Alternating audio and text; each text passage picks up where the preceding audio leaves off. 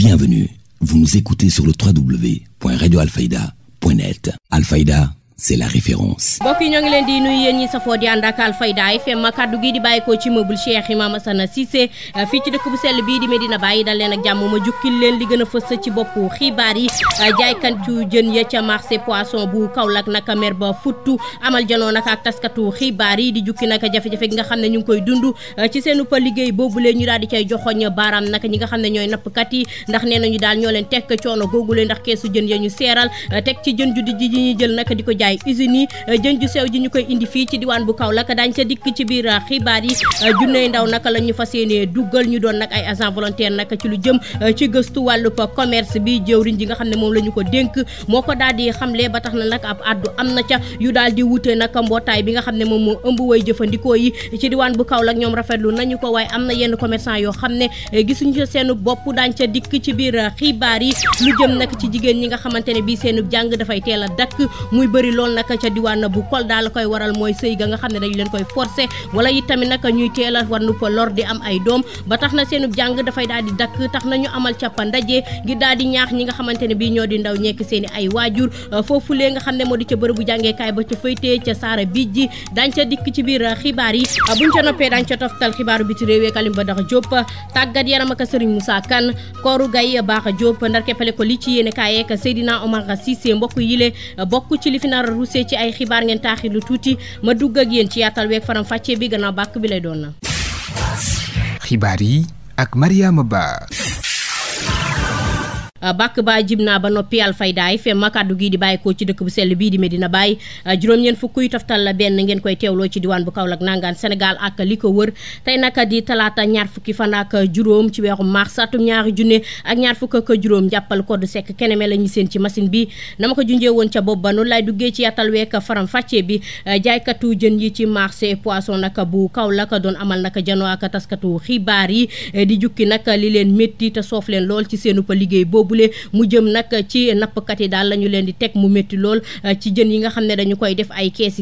teg ca itam nag prix kees ya daal di seer seen kàddoo ko Cheikh Tidiane Diagne. jaaykatu jën yi nekk ci marché au poisson fii ci commune bu Kaolack ñoo doon amal janoo ak taskatu xibaar yi ndax nee nañu daal jamono ji seen métier bi le dañu cee gis ab suuf soo xamante ne taq na si te kenn waralu ko kudul ñi nga xamante ne ñoom ñoo di mareyeur yi ci ndege mi ngi doon amal ak ñun Momadou Diaw di jaaykatu jën ci marché bi le bokkoon na ci ñu yor kàddu gi.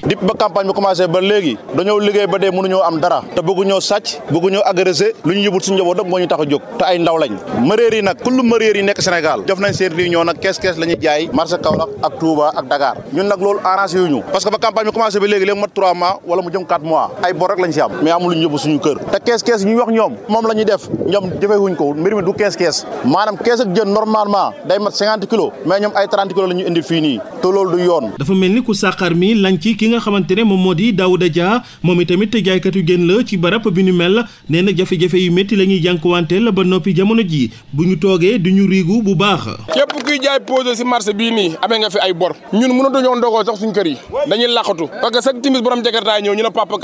kaay uy te jaaykatu jën rek ñoo ñu sonal.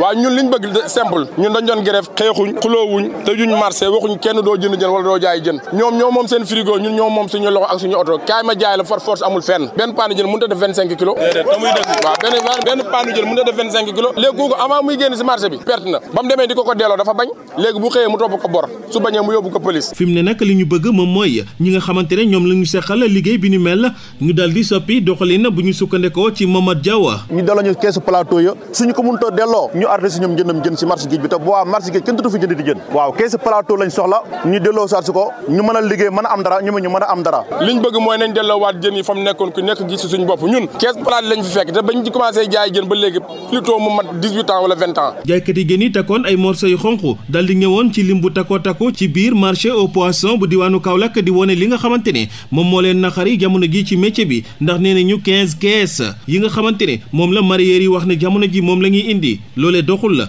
ñoom nag ñu ne bu fekkente ne lu ñu mel mu ngi am ba léegi dinañu leen déggaat ci geneeni anam. Mamadou Diaw jaaykat jën la ci marché poisson naka moom mu ngay daal di xamle nappkat yi naka li nga xam ne moom la ñuy def teg ko seen ndoddu te mu métti lool mu jëm nag ci jën yi nga xamante ne bii dañuy jël ñu mag yi di ko jaay usines yi yu sew yi ñu koy indi fii ci diwaan bu Kaolack teg ca naka keesu jën ya daal di seer lool kàddoom Cheikh Tidiane Diagne moo ko taataan. yaa ngi ne bu dëgg boo demoon Dakar tey Yoff laay njëkkee boo amee jënu dijji jéebu dijji ñu ne yóbbu leen usine yóbbu leen port yóbbu leen Sewil yóbbu leen 153 boo amee jéebu sew ruj ñu ne yóbbu leen ko Kaolack nga dem Kayar ñaar usine dafa samp lu mën na 10 boo amee jéebu dijji nga am yaaboo bu dijji ñu ne yóbbu leen usine ba man tubaab bi mën nañoo gën a bëgg lu baax tubaab bi mën nañoo gën a bëgg lu baax léegi mëréer bu ñu amee jën wu dijji ñu yóbbu leen sa usine yi bu ñu amee jéebu sew wala jën wu nëpp ñu ne yóbbu leen ko Kaolack loolu ñun waa Kaolack nañ ko bañ man Yoff laa nekk xam naa la fa nekk dañ may yegg si ni ma ko ñaawal ñu ne jën yi nëpp lañ leen yóbbul jën yi nëpp lañ leen yóbbul ba pare ñëw di ñu ko jaay prix boo xam ne mënuñ koo liggéey am si dara nañ ko bañ tey nañ ko bañ ëllëg ñu ngi jaay jën wi ay 35000 kees goo xam ne mënu 30 kilos ñu koy jaay ay 35000 loolu ndax jaadu na kees ga mënu 30 kilos ñu koy jaay 35000 nga bëgg a def gasoil bëgg a àndal ñu ngay liggéey bëgg leen a jox dara loolu mënoo si am dara ñu waxante dëgg te fi ñun ñu koy jaay ñëpp am nañ fi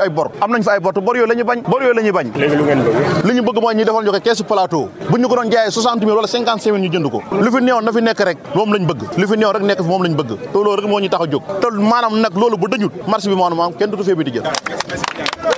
jën yooyu lee di bàyyeekoo ci nappkat yi di dem ci jaaykatu jën yi nag ay kees la ñu koy daal di def teg ca nag prix kees yi moom foo ko nattu rek daal di na koy weesu Daouda Dia jaaykatu jën la ca marché poisson moom it mu daal di cay addu ci waxukaay Cheikh Tidiane Diagne. waa Union nationale des mareyeurs du Sénégal mooy ñi wax waa INEMS dañoo convoqué woon benn réunion nañu li ngeen di jëndee jën yi si marché bi dafa seer boobu ñu ngi defar kees palaat yu fees di ñu ko jaayee 50000 wala 45000 wala 40000 ñu ooñu réunion nañu li ngeen di jëndee jën bi dafa seer léegi dañ ko bëgg ñu waxtaan ñu defal ko kees si lay gën a yomb si yéen ñu commencé non seulement li ñu waxoon amul mais dañ cee yokk dara ñu dem ba ca biir ñu indi benn arrêté nañu ministre bi moo def arrêté bi ne léegi kenn duutu yabati lu passé kees dama yaakaar ne ministre bu demee bay jël arrêté na kees dafa war a dogal ne te fekk ga ñuy yabee nag kees wartuta dépassé prix bii boo boobaa ñu mën koy jaayee kees ma jox exemple comme ñun ñuy jaay jën yi du ko yóbbu si àll bi frigo yi amul benn frigo bi wàcce tali bi ñun ñooy yëpp jën yi fii Kaolack Diourma ba Tamba ba Koupentoum ba Koungheul àll buubu yëpp comme ñu ñoo fa yóbbu jën yi waaye ñun buñ réunion woon nañ ñun léegi ñun jaay ko ñu pose yi waxtaan nañ ne li ñuy jaayee jën bi si àll bi arrangé wuñu 700 lañ koy jaay wala 600 léegi dañ ko bëgg a jox 1500 waxtaan si ba d'accord waaye ñun léegi dañuy ñëw ñun bigg ak fooy rek bind dem si ministre bi na ñun jaay ko pose borom pose yooyu yóbbu jën si àll ba waxtaan nañ ba juboo na jën bi mënatuñ koy jaayee 600 wala 700 1500 li nga koy jaayee rek ministre bi jël signé est-ce que noonu lay demee ñoom na su loolu lañu ba pare kees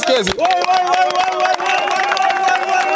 ba pare kees yi ñu wax ne kees la du kees la dañuy sàcc parce que xam nga sàcc mi mooy lan kees mënut a dem ba ñëw 50 kilos wala 55 kilos waaye yow nan ngay mën a jëlee kees ñu ne kees la nga yebee tafes kees ki koy jëlee si géej gi di daw jën yi di wadd ña koy chargé di tubb si kees yi bu ñëwee fii si marché bi ñoom ñiy jaay frigo yi dañ leen tegal ay kees si kaw si kees yooyu la jën yi di génnee si kees yooyu la jën yi di génnee ñiy yebbi di xëcc kees yi si kees yi lay génnee jën waaye loolu mënut a mat 30 kilos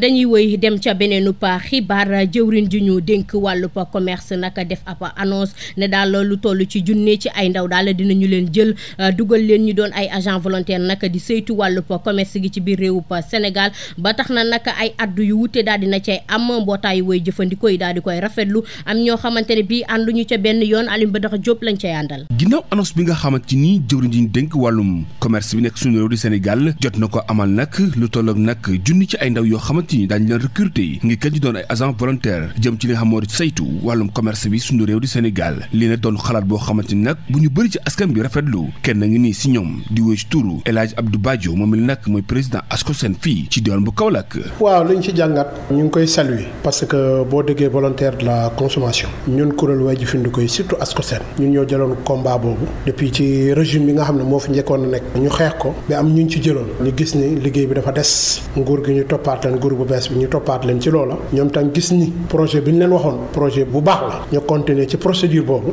ba ñu ne dañuy jël ay volontaires de la consommation pour que au moins ñoom ñu mën a seetu bitige yi nga xam ne wax dëgg yàlla saa bu ñu nee rek wàññite am na ou yokk am na ñoom duñ ko respecté. kaddu yi moom wute lool te waroo bi ñu sukkandikoo nag ci waajile nag ñu daje ak moom ci marché géej bu Kaolack mu jàpp ni proposition boobu lee doonu lu baax te nag dana gàll gauche lu baax a baax doxalin bi nga xamante ni commerce bi war na ko am rax ci dolli nag joxe ay solution. waaw loolu man am naa ci xalaat ba bind naa ci sax premier ministre mais xam naa jotagul lettre bi parce que dafa am ci ay loxo yu ma ko jaarale. ministre du commerce nag man miinuma ko je l'ai connu à travers régime bi passé gis naa ko farlu la woon ku amoon bëgg-bëgg mais décision bi mu jël moom ànduma ceeg moom et je suis catégorique ci sama position boobu li tax mooy exemple Sonadis bi fi xewoon ni mujjee ñëpp xam nañ ko Sonadis dafa daanu suñ bëggee reprendre du Sonadis daanaka utilité am du am njëriñ parce que fi mu toll nii l'essentiel bu fekkee ne diminution des prix am na rek automatiquement soo diminué wul dootoo jaay man loolu laa gëm man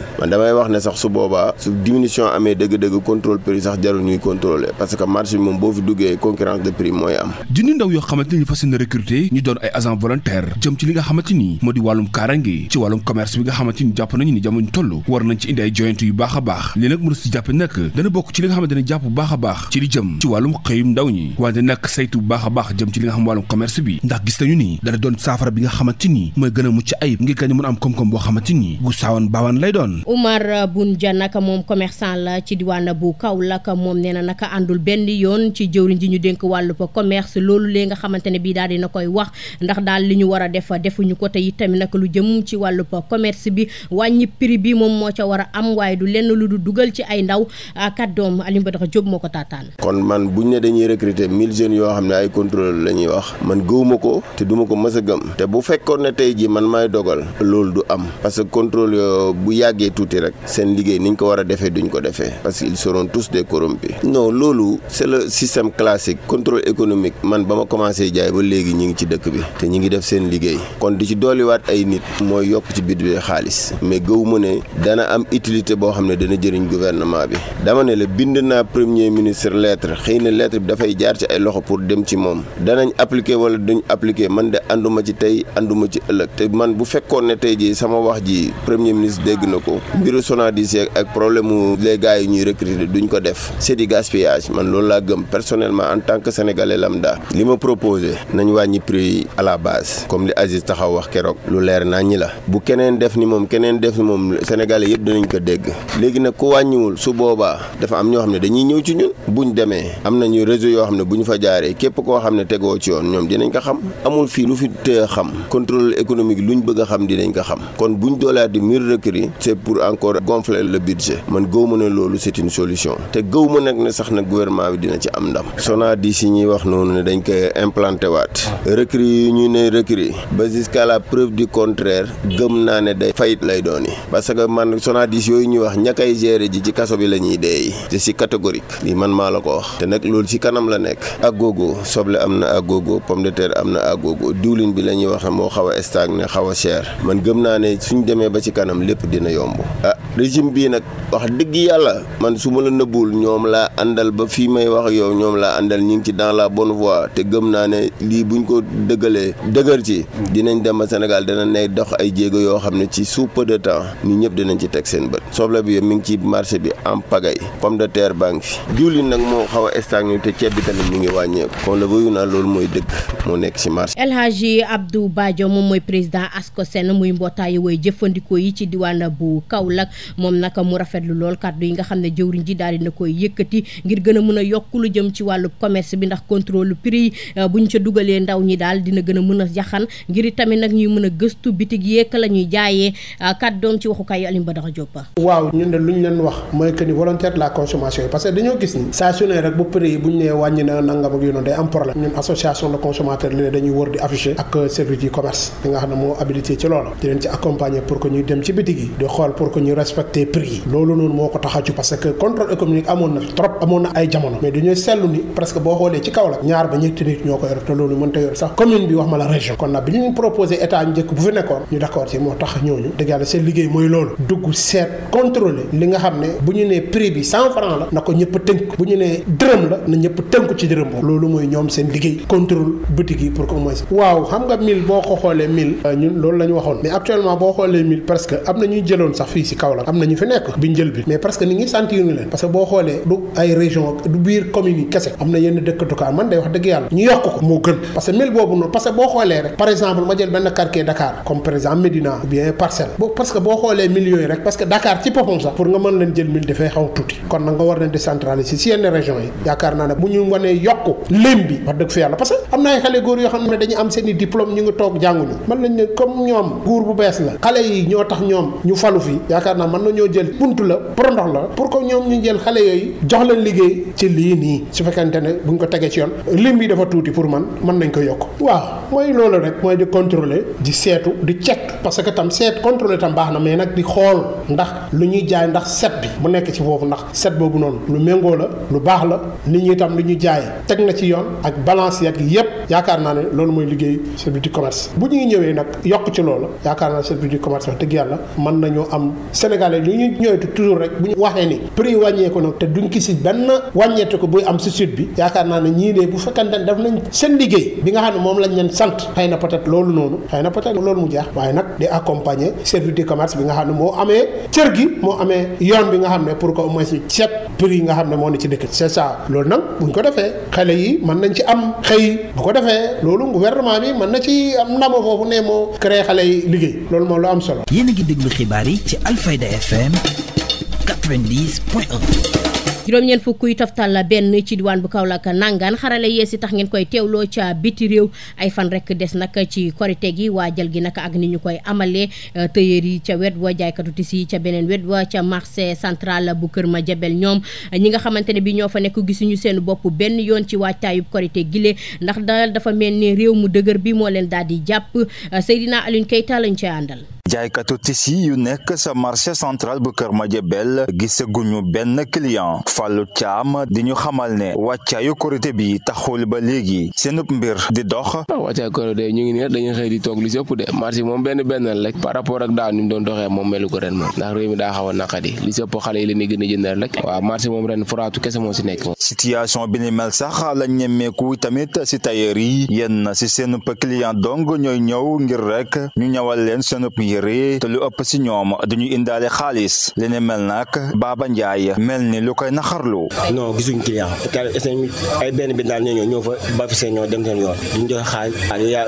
obligé dem ministère yi doo sa xaalis peut-être ñu ñëw wala ñu ñàkk ñoo rek marché bi exemple bi nekkoon na tey ñu ñëw dëgg-dëgg fii boo ñëw machine ñoo la koy wax fii vraiment nga dégg machine miir yëpp ñu ko nii sama booy kenn nekk fi ñu toll exemple parce que man maa fi nekk te su ma toogee bi ay midi damay dem toog nalwe ndax gisuma lu may ñëw exemple toog si lu amul benn werante jaaykatu mercerie yi duñu mucc itamit si njeexital yi nga xamante ni ñàkk gis client mu ngi koy teg ña nekk sa marché central bu Kër Madiabel ndax kat seen liggéey dafa aju si tailleur yi ak it jaaykati tissu yi Abdoulaye Bey di dëggal li ni mel di am yaakaar mbir mi soppeeku laata korite gi. waaw des naa dox moom waaye nag comme doomu aadama moom da nga yaakaar rek ba léegi mun a tane ci kanam mais instant bi ñu toll ne moom daanaka heure bi daana fekk ñu commencé guddee bu yàgg parce que bu ñu waroon lu mat ay 10 jours 12 jours rek dañu commencé di guddee mais ba léegi man damay wàcc di ñibbi kon xam nga dëkk bi kon yéeme na. sa marché central bu Kër Madiabel wàccaayub korite gi taxul benn yoon liggéey bi di dox bu baax a baax ndax kat daanaka lépp daal di tàggatémbe ñooro dirip Seydina Aliou Keita ngir rajo Alfayda FM. ca marché central bu Kër Madiabel la ñuy desandeek jigéen ñi nga xam ne ñooy yëngu ci waasub jën gi mu nekk nag liggéey boo xam ne dañu cay bay seen waar lu ñu ca foraatu yóbbul ko seen njaboot donte sax naka dañu cay am ay jafe-jafe seen kàddu Seydina Aliou Keita moo ko taataan. waaw bañ a sonnal sama njaboot rek ndax kenn ku ne dafa amee jabar rek moo tax sama xëyee man tamit ñëw fii rek lu ma am rek man tamit teral sama bopp teral samay doom ndax waa si jën ku ne xam ne métti na danga ciy dagg sa loxo yi di ci dagg léegoo léegi yax jam la sa loxo bi di métti nga takk ko ñëw di liggéey man lii léegi tey nag mu yàgg ëpp na juróomi at maa ngi fi si marché bi ma koy def boobu amaguma goro macha allah ba am ay goro ne bàyyi leen ca kër ga taxul ma bàyyi nag maa ngi ñëw si marché bi di daan sama doole di yóbbu sa kër ga neexlante client yi rek xam na liggéey moom neexul instant yi moom day métti instant yi nga waasal nit mu dem mu ne sama jën manqué na daan doole rek di jox suñu njaboot gi lu leex moo ñu tax a jóg ndax yenn saa yi nga gis ku mel ni gàjjuuf ñëw nga ne ko 200 mu sànni la fa ne wala 100 francs fukk juróom sax dañ la koy fay fukki dërëm sax dañ la koy fay bu ñu la xasee ba miin moom xam nga mooy loolu nii rek di foraatu rek bu tey mu neex suba du neex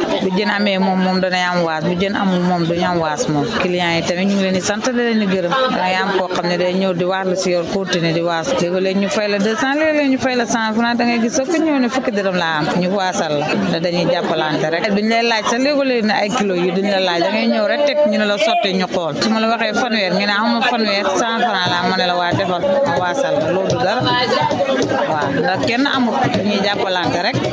loolu kese la day am jën yi mag kay moom jën yi baax sa day am moom booy jëndee benn jën moom ñëw indi ñu ne la indil 300 mbala indil 400 nga ne amuma 400 de defal ma ko 300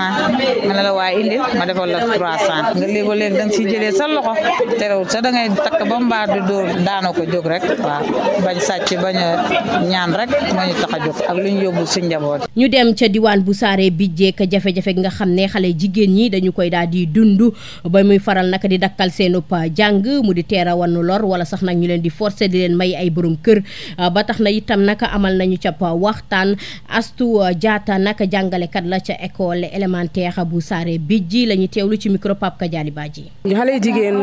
kaw gi dañuy rencontrer jafe-jafe yu bëri dañuy teel a abandonné jàng bi dañuy remarqué que ni du ñu dem fu sori fu ñu war a dem soo leen comparé ak seen naataango góor yi te loolu problème bu ñuy jéem a résoudre la boobu ba tey li ko waral mooy manque de moyens yi parce que moyens yi demeewul noonu et aussi grossesse précoce bi ak mariage précoce yi dafa doon lu présent fii ci monde rural justement nag suñu collègues yi dañoo def benn association mu naan réseau des femmes enseignantes boobu mi ngi ci jouer rôle bu important ci côté sensibilisation ak yeneen et aussi li ñuy naan SCOFI nit ñëpp xam nañ ko daanaka ci côté boobu lay intervenir et aussi fu mu toll nii gën nañu élargir seen champ de vision ñu ngi ci boolewaale góor ñi parce que remarqué nañ que ni góor ñi tamit ci taux de déperdition bi ñu ngi ciy kii bu baax donc boolewaale nañ leen ci pour mën a gën a xeex déperdition scolaire. waaw loolu dëgg la et justement ci mois de février bi ñu nag suñu benn partenaire mëne woon nañ benn activité pour jox ay xale jigéen yoo xam ne seen doolewul demewul noonu jox leen ay serviettes hygiéniques yoo xam ne mën nañ ko fóot mën nañ ko utiliser waat comme ça voilà duñ jànkonte problème mu ñàkk ñëw école suñuy gis ñu dañuy dem ca beneen xibaar ca diwaan bu Kolda ak koor geek glace doon naka yitteep askan wi waaye naka ñi nga xam ne ñoo dëkkee ci kaw gi yombut ci ñoom benn yoon ca dëkk bi naka ñu naan Santhi Cheikh Niass naka juróom benn fukki kilomètre ak digganteem ak Kolda jafe-jafe gu tar moo fa nekk ngir askan wa daal di jotee ab glace ki nga xamante ne bii nag moom moo ca yëngu doonu ndaw di Ibrahima Badiane daf ca am ay jànkuwanteel yu métti mu jukki ko ci waxukaay Pape Kadiali Badji. man damay liggéey pour glace ñëw Kolda jënd glace maa ngi jógee ko Santhi Cheikh Niass boobu mi ngi côté Médina Passy tànkum fara ngay jaar après dem Médina Passy dem Santhi Cheikh foofu ak fii presque day nekk 60 kilomètres glace rek lay wuti Kolda fii de pour yóbbu ko ci àll bi ma jaay ko ñun jamono bi bu ñu wooree ba ngoon dañuy soxla glace te glace bi léegi ñun amuñu courant suñ boor yooyu am na ñu am courant mais ñun amuñu courant suñ secteur boobu bëri ñu amul courant léegi nag moo tax ñuy ñëw Kolda fii di fi ut glace di yóbbu àll ba di jaay. fii ñaata nga koy jënd ak ñaata nga koy jaayaat fële. fii moom wax dëgg yàlla glace bi seer na fi trop ndax fii gars yi ñu ci bëri ñu ngi jaay 150 léegi 150 buñ la ko jaayee nga yóbbu ko ci àll bi mënoo ko jaay leneen lu passé 250 te 250 boo ko jaayee parce que yenn saa yi da ngay yóbbu sax glace bi day des lu bëri ndax gars yi jógee ko Gambie ñu bëri dañuy ñëwaat encore di indi glace ci àll bi di dugg foofu léegi boo jógee ko fii nag dem ba foofu pour nga jaay day xaw a sax nekk problème loolu moo tax même fii Kolda bu doon dañ lay nangoo jaayee 100 francs sax nga boo demee nga mën a jaay 200 sax mu xaw a tànn tuuti mais gars yi koo wax mu ne 150 nañuy jaayee soo mënul après nga bàyyi léegi boo bàyyee glace boobu keneen mooy ñëw jënd ko fa encore yow bu ko defee doo am loo yóbbu loolu kese la. gannaaw jafe-jafe yooyu la lan ngay wax nguur gi xanaa mu jàppale ñu rek ñu am xëy ñu am liggéey xam nga nekk di liggéey chaque jour ngay ñëw Kolda bi boole ko weeru koor ngay woor suba bu ngoon da ngay sonn aller retour nga koy def moto 60 kilomètres boole ko da nga yeb glace bu 10 bëgg nañ daal mu jàppale ñu ci bu baax a baax pour ñu am liggéey xam nga beneen liggéey bu ñu amoon jàpp ci loolu moo gën jaay glace bi waaw même courant bi sax bu ñëwoon ba suñu dëkk nga xam ne ni dañuy ñàkk a ñëw di jënd glace bi di ko mën a defar suñu dëkk jënd ay frigo monté suñu dëkk bu ko defee dootuñ mën a ñëw Kolda bi dinañ ci mën a gis suñu bopp bu baax mais loolu lañ manqué nag moo tax ñuy ñëw Kolda bi di fi uti glace sori na trop yoon bi naqari na encore métti na trop wax dëgg yàlla seen koor gi métti na trop da ngay daw boog ngoon gayen coono bi métti na doo am xaalis waaw wax dëgg yàlla métti na trop waaye nag sant yàlla comme que ñi nga am wér rek moom ñu ngi sant bu baax. xibaar yi si Alfayda. dugg nañ ca ñaareelu xaaju xibaar yi ñu koy teeloo fépp ca diwaan bu Ndiafate Sokone jàpp Passy ñu dem ca beneen xibaar mu di mbootaayu jigéen ñi nga xam ne ñoom ñoo bokk ci kuréelu FDR amal naka ndaje di jukki naka taxawaay yi nga xam ne ñu ngi koy gën a di ko fësal waxtu wu nekk ngir fexe ba démocratie ak wàllub yoon gën a mun a samp dëgërlu itam naka ci biir réew mi seenub ndaje ba naka ñu daal di cay jukki mbirum ilimaanu jëwri nii ak ki nga xam ne moo di Adji Sarr te mu juróon fi coow Fatou Thiam la ñuy teewlu. bu ñu jàngul ñu ngi stage Samuel Sarr nga xamante ni ba muy am di jox Serigne Saliou di dem xel ko di dimbali yoonu murid booba ñoom ñi ngi jàng waaye nag soo mënul nga tële xamoo wala ne nga ni xamoo intimidation xupp saaga xarab tëj rek ngay nekkee waaye fii mu fi naa ne ñeex waaw jigéen ñi dinañ taxaw dinañ xeex ñoom dinañu faire face à ce régime dictateur ba tax na ñun jigéen ñi ñun ñooy yaay ñooy tànt li tax Ousmane Sonko nekkul président mooy demee suñu côté jote ga mu jote Adji Sarr dañuy exiger projet Adji Sarr ñu ubbiwaat inshallah parce que ñun jigéen dañuy xeex loolu suñu moroomu jigéen la yaay la mag la rakk la tànk la Ousmane Sonko nee na complot na ñëw leeral complot bi procès bi amaat Adji Sarr taxaw Ousmane Sonko taxaw sénégalais yi xam li nga xamante ni mooy dëgg waaw amnistie bi lay campagne nañ ko ni suñu demee dinañu dindi loi d'amnistie déclaration de politique générale nga ni dangay dindi loi d'amnistie une vérité partielle n'existe pas toute la vérité ni ñu war a teg li ñuy wax mooy amnistie intégrale amnistie totale ñu approché loi bi purement et simplement waaye nag bu ñu fàtte événement yi ba muy am daa am ko génnoon dëgg la woote mortal combat woote gatsa woote ku dee sa yaay juraat ni la deuxième vague sera dévastatrice ni damay jël sama lance-pierre nañu dem déloger ci Macky Sall rey ko daggate ko ni ñu def sama yoon bu fekkee ni dañuy wax droit wax toute la vérité dëgg mënul feeñ te kooku dee nañu am courage ñu dem abroger loi d'amnistie bi totalement ku war a wuy ci nga wuy ci man nag li ma ci naqadi mooy ki ñu yónni pour mu porter daa xam daa mënul li mu def moom dañuy wax hérésie juridique toj la wax ci droit parce que lii am mësul am boo demee tribunal da ngay ne je jure de dire la vérité et rien que la vérité et toute la vérité lu tax nga bëgg cibler lu tax nga bëgg viser la loi est impersonnelle et générale lan la ñuy ragal ñoom. coono gi nga xamante ne bii nag moom la ñuy nemmeeku ci biir réew mi li ko waral nag bokk na ci coow ak mbiicoo mbaacoo gi nga xamante ne bii moom la nguur gi di doxalee rawatina it tamit nag dara daal di wul dox fenn ci biir réew mi mu daal di feeñ lool ci biir koor gi ak dund gu cher gi bu ñu sukkandikoo ci kàddu Cheikh Ibrahima Diallo PJD la ñuy teewlu. dama ne réew mi sonn nañ li leen sonal nag mooy détails yi nga xamante ne moom la ñu orienté régime bi fi nekk ñii xeex ak xuloo ko mbiccoo ñi dem ci réseaux sociaux yi di yuuxa ko lu ne ñuy wax looloo indi tardement bi bon tegu ci yoon ku ko wax yaa ngi nax sa bopp réew mi ñoo mën a wax ne yëf yi tegu na ci yoon te réew mi waxaguñ loolu réew mi ngi jàmbatu tey jii nii man su ma amoon ñaari junne balaa jant so nit dana taxaw jël ñaari junne yi te dépasse laa ko bu ko defee parce que su ñëwee su ma jàmbatal li ma jàmbatal su fekkee jullit la awma droit di denc ñaari junne yi foog ma joxe ko man tam toog di xaar wala mu uti leneen loolu mooy xew ci réew mi ku leen wax weeru kooram ji ci lañ nekk ndax weeru koor ni la daan mel foo tourné da nga gis suukar foo tourné da nga gis ceeb foo tourné da nga gis ndimbal ndax ndimbal am na li ñu wane Tuubaa keroog noonu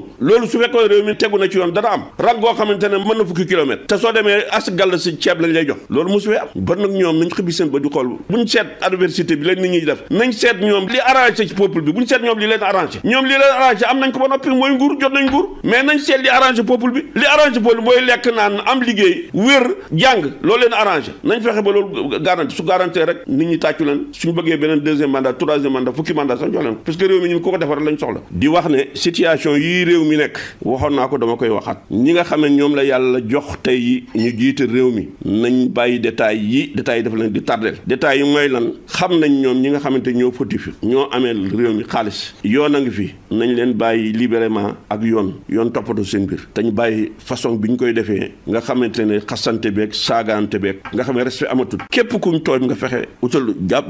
mu am justice layal ko ba mu jot xàqam ñi nga xam ne ñoo fi nekk te yàlla jox leen nguur li leen fi taaj nag léegi mooy dama koy waxaat du dara lu ba yéene bu rafet bi ñu amoon ne dañoo ñëw pour defar Sénégal mais Sénégal réew mi sonn nañ de ma fàttali àl leen ko waxoon naa leen ko si yoon wala passé réew mi sonn nañ te dara waru ko lu may détails yi nga xamante ne moom la leen seen noon yi di pousse pour ngeen dugg ci détails saytaan la du dara amul njëriñ dem leen ci l'essentiel fexe ba le quotidien des Sénégalais ngeen garanti ko xale yi am liggéey nit ñi ku bëgg a faju ku bëgg a jàng ku bëgg a tukki libre ku bëgg a liggéey loolu mooy li nga xam ne moom lañ leen sant. nguurub Sénégal am am benn at ci biir réew mi lu jëm ci wàllu jàng geek jàngale gi ak la ñu ca jot a def am mbir yoo xamante ne bii tamit nag ba léegi mu ngi daal di taxaw nekk ab jafe-jafe bokk ci mbirub jàngalekat décisionnaire yile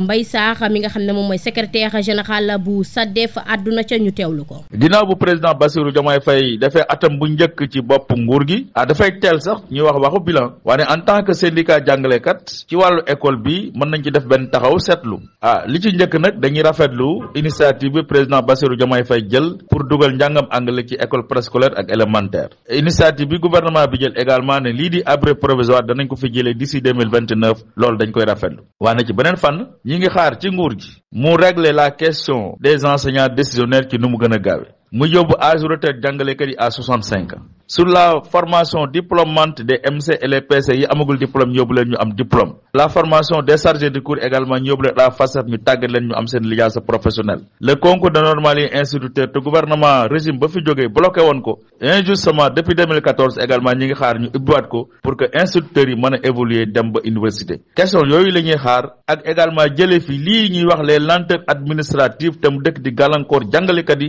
rawatina les maîtres contracteurs et les professeurs contractés seen wàllu carrière question yooyu la ñuy xaar le président Bassirou Diomaye Faye jël ci ay dogal yu mat sëkk pour que njàng bi ak njàngale mi nekk ci conditions yu normal jafe-jafe état civil naka doon luy suuxel loolu jàngoo xale yi ndax naka gone yu bëri ci biir réew mi dañuy dox te amuñu pa kayitu juddu te loolu nag dafay dem bay feeñ ci seen po wàllu pa jàng ba jàng ga di mujjee sax naka ab dakk Amadou Dia moom moo nekk IEF bu Kaolack commune la ñu cay teewlu.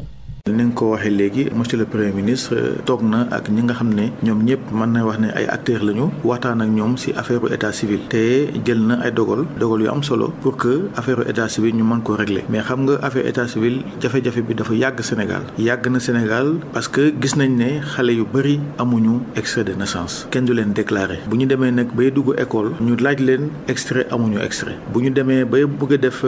examen lu mel ni ay entrée en sixième lu mel ni ay BFEM xale yu bëri du ñu am extrait de naissance loolu nag moom moo tax premier ministre jël ay dogal yu am solo pour que question bi ñu mën ko waxtaanee ba ñu trouver ci ay solution nga xam ne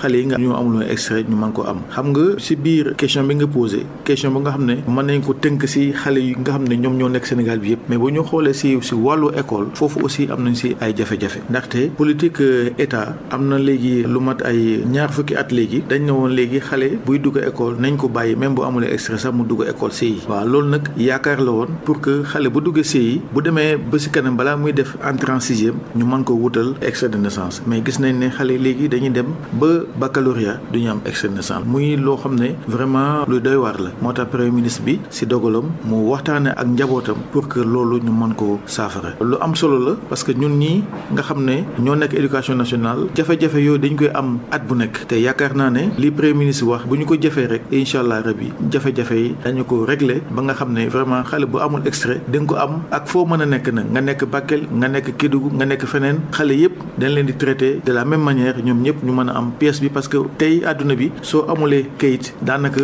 kenn du la considérer donc kayit boobu dafa am solo. xabaar yi bitim réew. xibaaru biti réew yi Alioune Badara Diop maa ngi lay dalal. maa ngi lay jaajëfal baax a baax soxna Mariama xibaaru bitim réew des koy door nag ci réew Burkina Faso wax ci nag kuréel taskati xibaar yi nga xam ne jamono toll nag ñu ngi dénoncé li nga xam moo ñeel lii di wàllum liberté d'expression nga xamante ni nag jamono toll moom gàllagu seen lool foofu ci réew Burkina Faso ginnaaw bi nga xam ne dinañ nemmeeku nag état boo xamante ni dafa taxaw temm ngi kat faagagal yenn ci ay bërëb taskati xibaar ñu jàpp ne jamono toll moom liggéey bi nag muy commencé sooxe lool ginnaaw bi nga xam ne jamono toll nemmeeku nañ nag li nga xam moo di état bi nag di nag xiini mii nii ci doxalin bi nga xam ne jàpp nañu nag li nga xam moo di influence bi am ci terrorisme bi moom lii di média bi moom dox na ci ay tànk jéego jéegi dayoo. xabaar yi bitim réew. ñu dem ci réew bu Mali wax ci nga xam moo njiit réew mi di Assimi Goïta jamono toll nag door na li nga xam moo ñeel li di passeport yi nga xam ne bokk ci kuréel gi di AEC di alliance des états du Sahel ginnaaw bi nga xam door na ko nag ci 2 fukki fan ak juróom-ñeent ci weeru janvier ba jamono toll nag moom ñu ngi wéy li nga xam moo di taxawaay bi ni mel nag wante lay gën a facile bokk na ci nag passeport yi nga xamante ni jamono toll mu des ni jàpp na mënu génn ci espace Schengen bi nga xamante ni jamono toll jàpp nañu ni dina doon mébét boo xamante ni bu tardal baax a baax li nga wàllum diplomatie bi la rawatina tic ci diggante réew bu France ak réew bu Bamako nag jamono toll mu ngi bëgg a gàllagosi nag wante teewul nag ki nga xam moo di Assimi Goïta nag taxaw na temm ngir kat wéyal li nga xam moo di liggéey bi leen jëm ci li nga xam moo di fabrication ay passeport yu yees ngir kat gën a mën a mu boppam. xabaar yi bitim réew.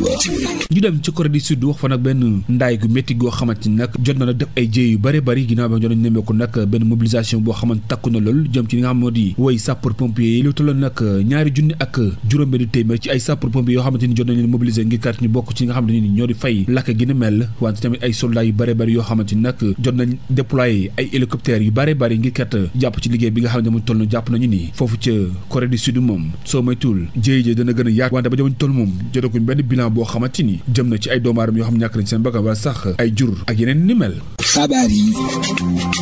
bitim réew. ñu jeexale xibaar bitim réew ak ambassadeur sud africain bi nga xamante jamono tollu dàq nañ ko nag fa nga xamoon ci réew États-Unis mu dellu ci waat fa nga xamoon ci Afrique du Sud nag ginnaaw bi nga xamante doon ñemeeku nag tànkaafu boo xamante ni kii lee nag di njiit réew ma di Donald Trump jot na ko def ci ay fan yu génn doon na dàngaaf ki nga xam moo di ambassadeur bi nekk foofu ci réew bu États-Unis nag teewalam fa waa réew bu Afrique du Sud jamono tollu dellu war na ci dëkkuwaayam nag ñu jàpp ne nag loolu dana doon li nga xamante ni nag dana gàll gauche lu baax a baax li nga xam mooy relation diplomatique ci diggante réew Afrique yi li ak réew États-Unis. xabaar yi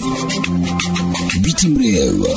sant la gërëm la bu baax a baax soxna Mariama fii lañu yem ci xibaar bitim réew yi yàlla mi borom jàmm te ku mu jàmmal nga am jàmm yàlla nañu may jàmm jaa ngeen jëf.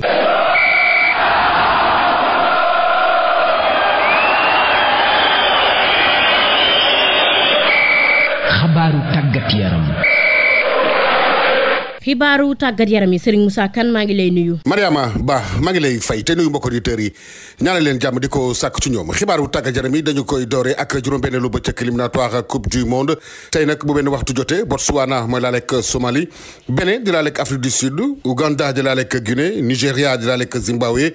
Sénégal di laale ak Togo bu juróom-ñeenti waxtu jotee ca stade Maître Abdoulaye Wade Cameroun di laale ak Libye Soudan di laale ak Soudan du Sud Soudan moo jiitu ci poule boobu leen ko fàtte ak fukki poñ ak benn Sénégal a ngi ci ñetteelu toogu bi Égypte di laale ak Sierra Leone démb nag Namibie dafa toog Guinée équatoriale ku nekk benn bal nga dugal sa morom Libéria daan Sao Tomé Principe ñaari bal ci benn République centrafricaine ak Mali dañoo tawoo ndam demul ndam dikkul Côte d'Ivoire daan Gambie benn bal ci dara milieu de terrain bu Véron Cheikh Niass moom nag dafa amee ak gaañu ci entraînement bi ba tax na sax génne na fi nga xam te ne moom mooy tanière bi demaat fi nga xam te ne moom mooy club ba ngir faju fa bu ñu sukkandikoo ci xibaar yi jóge ci fédération sénégalaise bu football mondial 2026 ginnaaw ñetti dëkk yi nga xam te ni nag ñoo ko organisé di Canada Mexique ak États-Unis Japon ak Nouvelle-Zélande ñoom ñooy ñaari dëkk yu qualifié gum ci jamono ji zone Europe tey Moldavie dina laale ak Estonie Israël dina laale ak Norvège Gibraltar dina laale ak République tchèque zone Amérique du Sud Bolivie dina laale ak Uruguay Argentine dina laale ak Brésil choc la Chili di laale ak Équateur Colombie di laale ak Paraguay Venezuela di laale ak Pérou mbokk yi waxtu bi jot na ñu soob ak yéen ci seen rubrique koor ak tàggat yaram. seen rubrique tàggat yaram ak koor.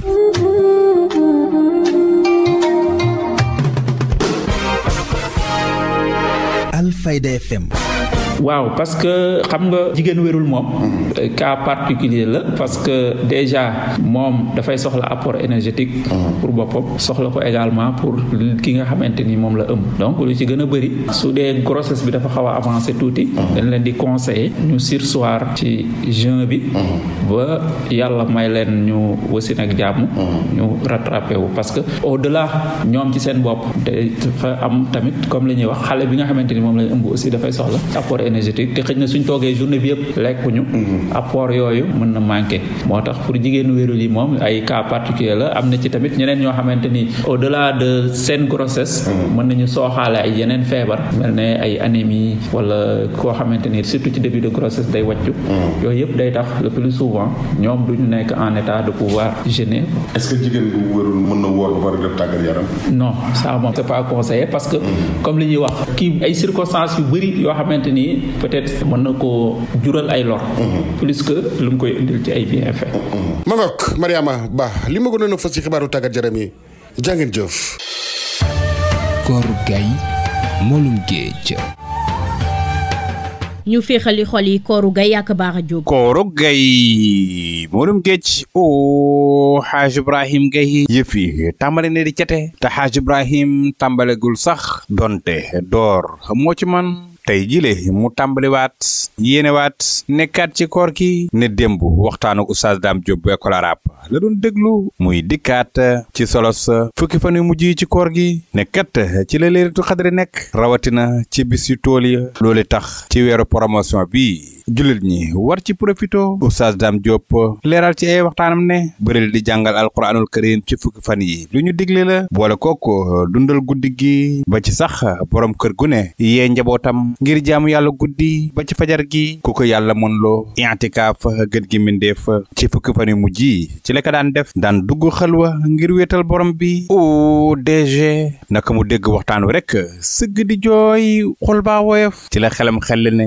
ça fait l'occasion naa xool benn jàkk ci jàkk yi ma dem dugg fa def sama i'tikaaf ngir bu ma génnee seytaane sori ma yàlla jéggal ma o Haaj Ibrahim jël na décision tàgguwul waa kër ga ay téléphone am mu baba sol simisu alaajeem te kurusam mu daldi dugg xalwa DG ci kurus ga boole kooko ca ràkka ya Haaj Ibrahim wéetal borom bi bu gëstoo gauche droite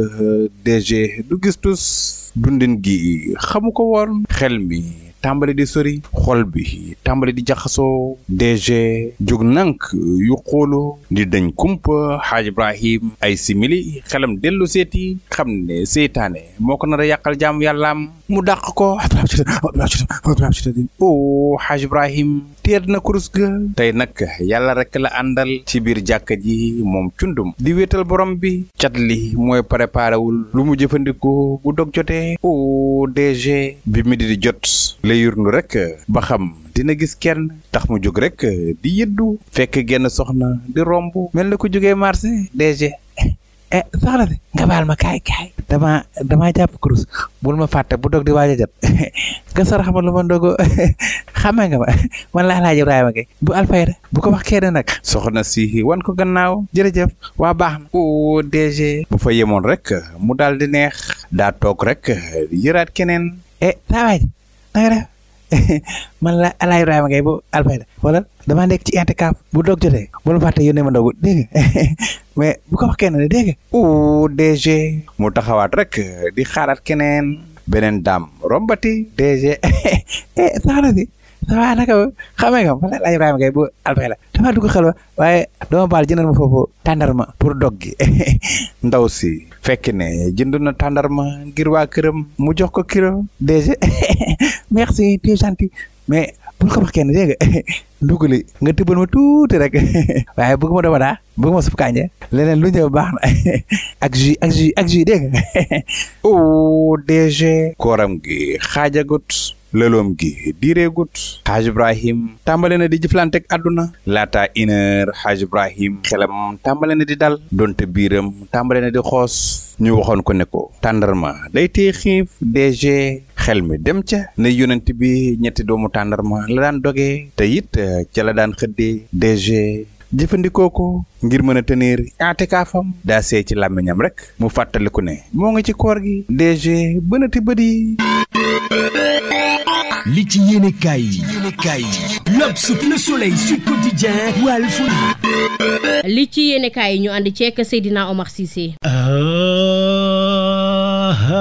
laan bikum waa FMI tubaab yi nga xam ne ñoo yor xaalis adduna bi di lebal ay réew fa ñoo ñëw Sénégal saytu doxalinu nguur gu bees gi ñu dénk réew mi bi ñu yegsee nag xool bu baax fa ñoo rafetlu ñoom tubaab yi waa FMI ni nguur gu bees gi Jomaay ak Sonko yoree xalalu Sénégal maanaam wàllu jubbanti leeral gi ñu xamal ci alalu réew mi war a jëm ci askan wi tubaab yi fañ ko rafetlu Edouard mi nga xam ne nag moo jiite mission FMI bi Sénégal fa wax na leen waaye ginnaaw bu ñu rafetloo nag jéego yi ngeen def ak leeral gi ak jubal gi faa bëgg ngeen xam ne bala ñu leen a lebalaat xaalis yéen Sénégal faawu nag tappale gi fi nguur Macky Sall gi nekkee woon ci xalalu réew mi chiffre yooyu nga xam ne fañ ko falsifié woon tappale ci fa ngeen ko war a corriger jubbanti ko ba pare ñu door di leen lebal ba tax l'Observateur ne kon waa FMI yi fa ñoo tëj buntu lebal xaalis nguur gu bees gi léegi si ko yéen a kaay na ko ñoom kay fa ñoo feree na yëf yi source a yéen a kaay ne li ko waral nag mooy rapportu Cour des comptes bi tooxi doona tappale sàcc xalalu réew mi chiffre yi nga xam ne fañ ko falsifié woon waa FMI yi dañ koo gis xam ne loolu dëgg la ñu ne leen kon bala ñu leen a dimbaleeti ci benn programme bu munti doon faaw fa ngeen di jubbanti tappale googu ñu amaloon ci chiffres yi te nguur gi fi nekkoon ñoo ko xamal ba tax yéen a kaay bi ne loolu nag fa nar a métti ci Ndakaaru wala fa jër yéen a kaay dëggal ko ne Sénégal FMI fa ko waroon a lebal junney milliards waaye nag fañ leen a wax na leen mënuñ leen ko lebal fi mu toll nii lu dul ne fa ngeen a jubbanti gàgganti defaraat chiffres yi nga xam ne nguurug Macky gi fañ ko falsifié woon tappale ca ba tax yéen a kaay bi ne tubaab bi da tas nañ suñu yaakaar nag suba teel yéen a kaay ne alalu réew mi dëgg gi ci FMI wax suñ nguur gi ba pare sàkk ci ñoom ñu def ay charte yu tax ñu lebalaat leen fa leer nañ Edouard ma leen jiite na waaw loolay dëgg di bu ngeen jubbantee nag ba pare defaraat su ko defee ñu doo leen lebal waaye pour le moment jamono ji ñuy wax ak yéen benn programme daal ñun waa FMI ci wàllu lebal xaay duñ ko def Sénégal te li fi gaa ñu fi nekkoon dëngal fa ngeen ko dingati ba pare nay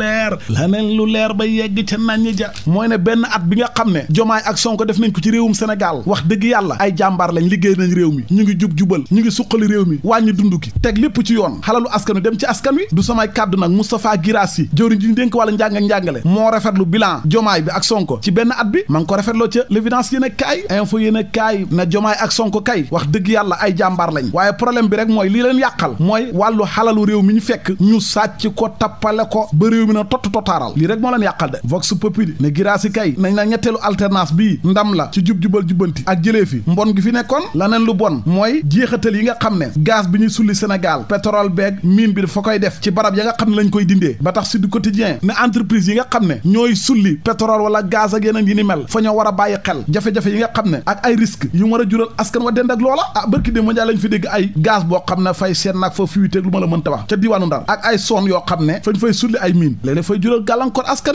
wi leer laneen lu leer ba yegg ca nañ ja mooy ne waa Pastef yi fa ñoo boycotté TFM responsable Pastef yi farandoor Ousmane Sonko yi nee nañ dootuñ demati TFM def fa émission dootuñ seetaanati TFM ndax TFM télé la boo xam ne foofa la ñuy saagaa Ousmane Sonko seen kilifa fa lañ leen di sosalee fa la ñuy yàqee seen der di leen waxal loo xam ne dara du ca dëgg te dara warul ko lu may fa ñoo bañ Ousmane Sonko ñoom waa TFM yi te loolu yàgg la de booba jotaguñ nguur gi ba léegi nag fañ leen a yàgg xeex ba tax laas yéen a kaay nee neen nag pesum kanam borom a koy fajal boppam enquête yéen a kaay feelu ko ne Pastef kay fi mu toll nii ñàkkante la nekkee ak lenn ci média bi fit naag ay tuumalanteeg coow ak problème daal moo dox seen diggante ak ñoom yor yéen a kaay na ko hëy faa bëgg nga leeral Pastef amul problème ak média bi yëpp de déedéet lenn ci média bi la ña ca gën a fës nag mooy waa TFM yi ku bëgg a saaga Ousmane Sonko fa ngay dem te ñoom duñ la wax dara nag duñ la aaye yéen a kaay bi nag est-ce que foogu leen ne Youssou Ndour ma nga xam ne moom télé ba ak rajo ba ak ñoom seen moo nekk ci ginnaaw ñiy def li ni mel maanaam moom la neex wala moo koy santaane ñuy wax lu ñaaw Sonko bi ci gën a fës sénégalais yu bëri ñaawlu ko mooy Badara Gadiaga fa doon wax ak Amadou Ba ci émission moom mu bàyyi lañ doon waxtaanee rek dugg Ousmane Sonko di ko saaga xam nga ne lu rafetut point acte yéen a kaay ne fa xam ñoo xam ne fañ leen di ooye ay chroniqueur wax dëgg yàlla fa ñoo sonal Pastef fu wax ñaawee ñu wax leen ko saaga seen njiit la bokk na ca ñiy def loolu nag mooy Badara Gadiaga ca TFM ak ki ñuy wax Abdou Nguer moom ab tailleur la sax ñawkat waaye fa topp télé yi rek ak sidi fu wax ñaawee mu jëmale ko ci Pastef ak Sonko naka noona Bah Diakhaté ak ñeneen point acte yéen a kaay ne ñii fa ñoo sonal Pastef ñoo leen tere nelaw de